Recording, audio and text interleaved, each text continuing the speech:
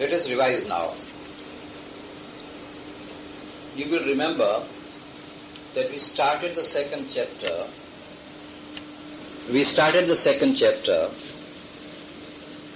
By stating the basic proposition. It was as follows. If the ultimate aim is to unite divinity and matter, then logically there must be connection between divinity and matter in fundamental principle. If fundamentally matter and divine are totally different from each other, then the whole proposition of bringing divinity to matter is beside the point, irrelevant, impossible. So if we propose that divinity and matter can be united, then we must suppose that logically there is a fundamental connection between the two. Now what kind of connection? Sri Aurobindo says that connection cannot be short of identity. They must have some kind of an identity between the two. Only then matter can be divinized. Because any connection basically implies a point where the two are identical. Now, this is the first proposition. Otherwise, matter cannot be divinized. The second point that Sri Aurobindo makes is that as we see it now, between the divinity and matter, there is a big gulf. So the second thing we have to show is that this gulf consists of many terms. These terms are in ascending series, and this connecting link therefore could show us how the matter can become the divine in gradual series of development. So Sri Aurobindo says, second thing we have to show is that between matter and the divine there is life, there is mind, there is supermind to attain to the supreme divine. So we have to show that matter is life, life is mind, mind is supermind, supermind is divine. Now while stating this proposition, Sri Aurobindo now examines all those theories where something of this kind is proposed but not fully. Something of this kind is even denied, so that we see where the problem lies and where the solution lies. It is in that context that Sri Aurobindo speaks of two systems of Indian philosophy. One is the philosophy of Sankhya, and the other is a system of Shankara. In Sankhya philosophy, there is a statement that all that can be considered to be spiritual is totally different from all that is called material. That is the philosophy of Sankhya. That spiritual never material, material can never be spiritual. No connecting point. Therefore, according to that philosophy, the only solution is to come out from matter, and that is our salvation. So that is one statement of philosophy. The second statement is that of Shankara, where it is said that spirit is real, matter is real, but not fully real. It says the matter is at a certain stage real, but at a higher level it turns out to be unreal. And therefore ultimately it is unreal. So according to Shankara, the two cannot be united. If spirit and matter both were real, then connection could be possible. But Shankara's philosophy has two steps. In the first step it says that matter is to some extent real. In the second step he says ultimately it is unreal. As I told you last time, 3 levels of experience. So when you come to the third level of experience, you find the world is unreal, the matter is unreal. In this second example, there is only one thing that is real, and that is spirit is real. So the question of divinizing matter does not arise. Now, in both the philosophies, therefore, the divinization of matter is impossible. In the Sankhya philosophy, matter is real, spirit is real, but two are so totally different that they cannot be united. In Shankara, spirit is real and matter is to some extent real in the first phase of statement. In the second statement, he says that reality of matter is ultimately illusory. Therefore, really it is unreal. Therefore, the conclusion is that matter cannot be divinized in both the philosophies. Now, having stated this, we have now to examine both these positions in a greater detail. So let us now examine in detail first the Sankhya thought.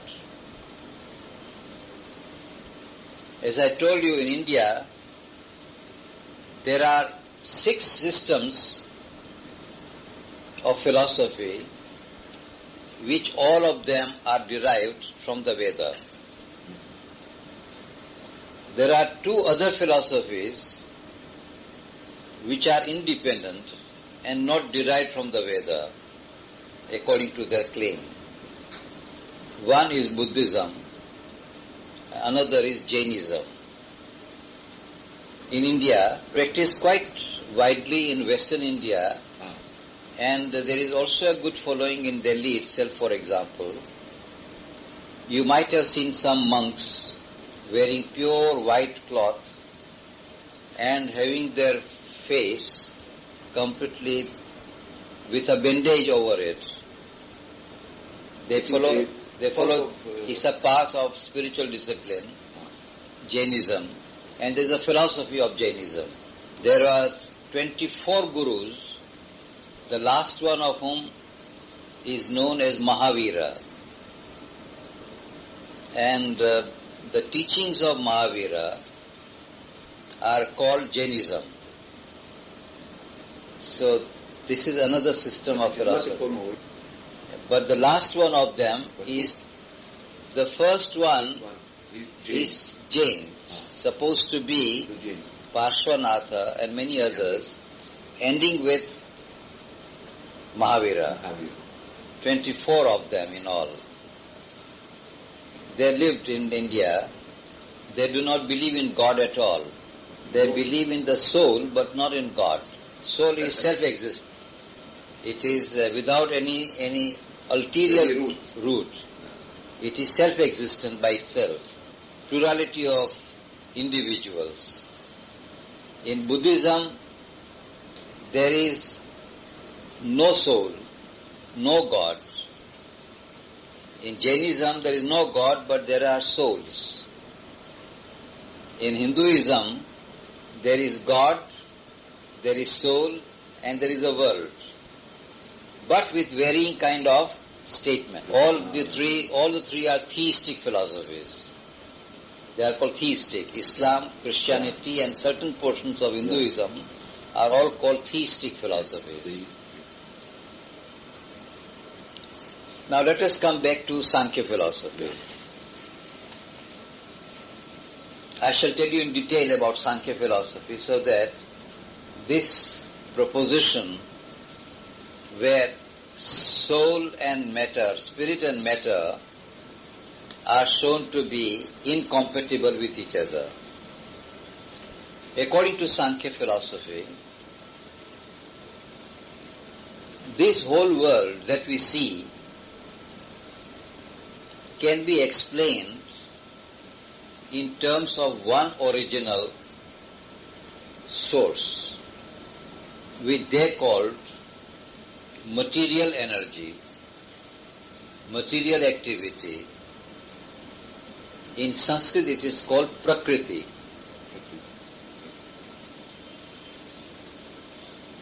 This entire movement which we see as a world is a huge formation of energy. The world is nothing but a kind of energy in motion. To start with, it is not in motion. Then, by some kind of disturbance, motion takes place. If you call creation, but according to this, it is simply bringing out what is contained in matter, in this energy, in this material energy. And by various movements of expansion and contraction, this whole universe becomes manifest. And if you examine this very clearly, you will find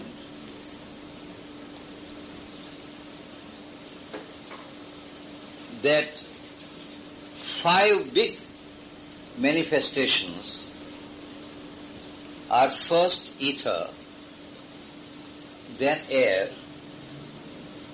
then fire, then liquid, and then the earth. These are the 5 great manifestations.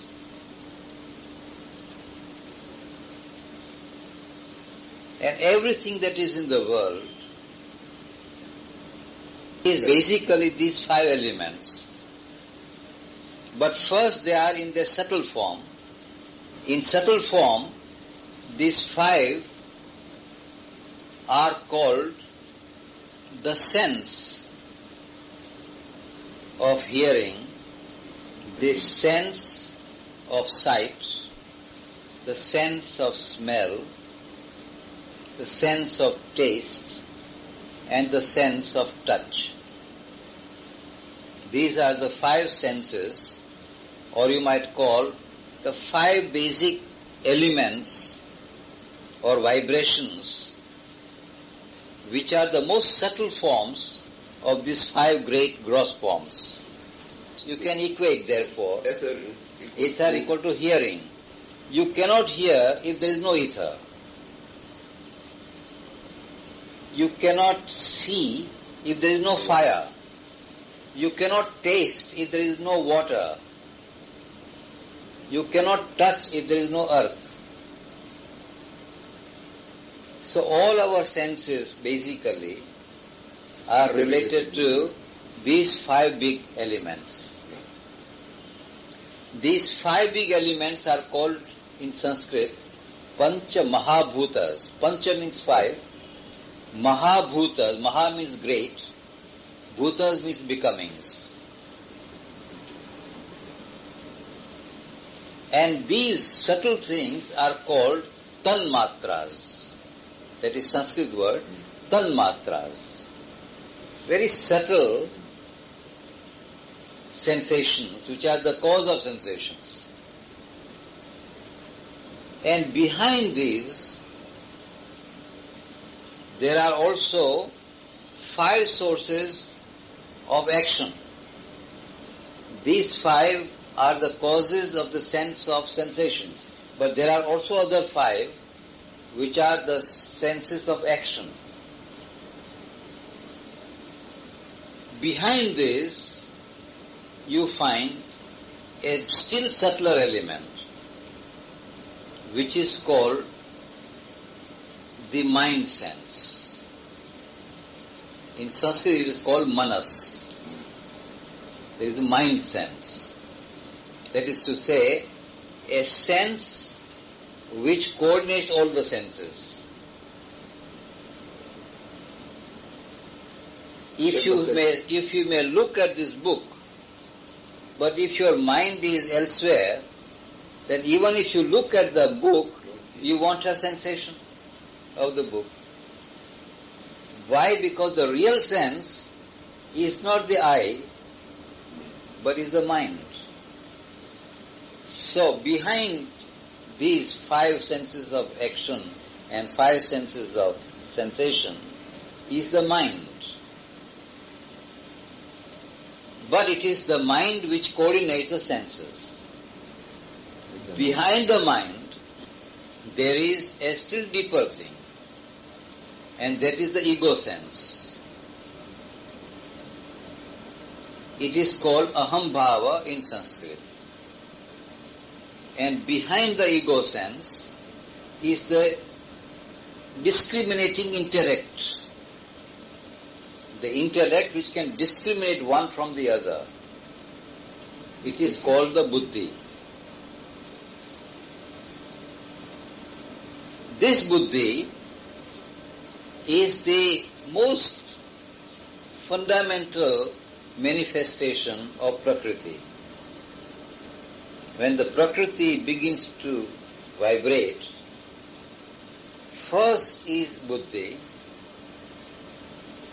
then is the sense of ego, then the mind sense, then the 5 senses of organs, of sensations, the tanmatras. They are not sense organs, but they are fundamentals of the senses. 5 senses of action, or the fundamentals of the senses of action. And then the 5 big manifestations, Panchamahabhutas. Now, this Sankhya philosophy says that all the things in the world, whatever you see, can be explained in terms of this entire statement. Nothing in this world escapes. You take up anything in the world and you say this is either earth or water or fire, or it is air, or it is ether, or it is 5 senses, 5 senses of action, or it is mind sense, or it is ego sense, or it is buddhi or intellect.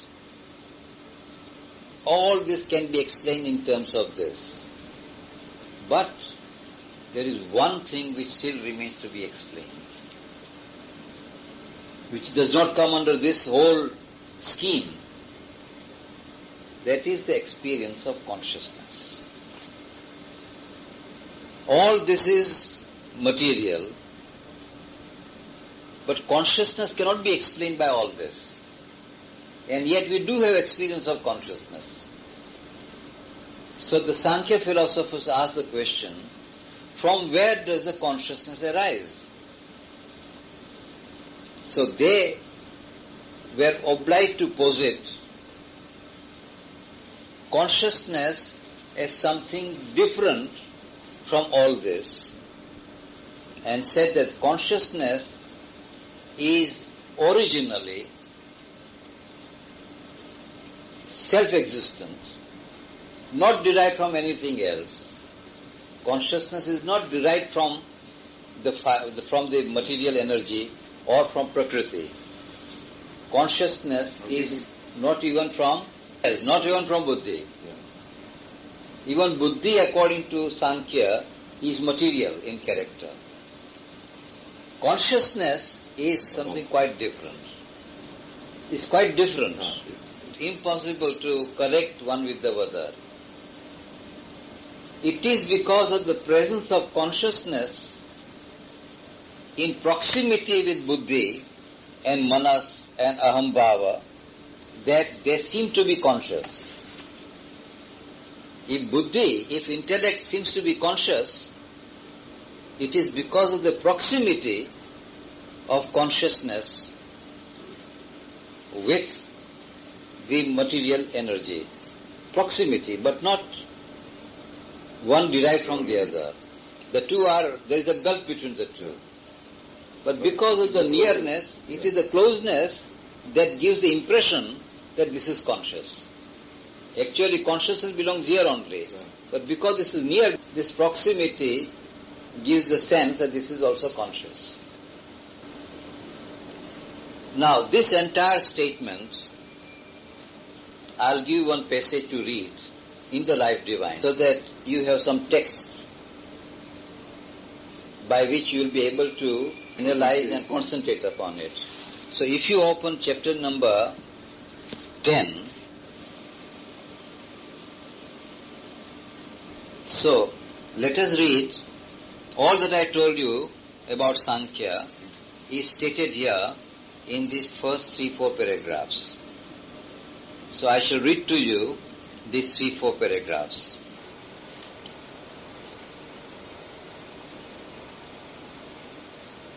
According to Sankhya, there are only two principles which can explain the totality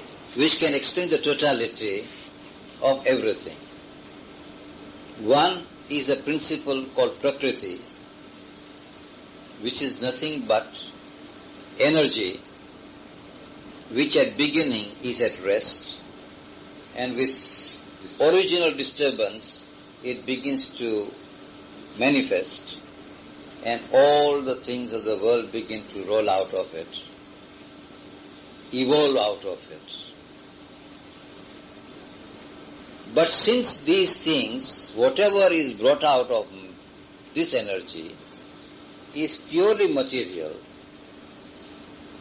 this cannot explain the phenomenon of consciousness. Therefore, the Sankhya maintains that independent of matter, apart from matter, beside matter, there is another principle of consciousness. This principle of consciousness it calls the soul. In Sanskrit that word is called Purusha. So according to Sankhya, there are only two principles of existence. One is Prakriti and another is Purusha. The whole world can be explained in terms of these two. According to Sankhya, therefore, there is no God, no creator, but there is only this soul and Prakriti, Purusha and Prakriti. But Purusha is not one entity.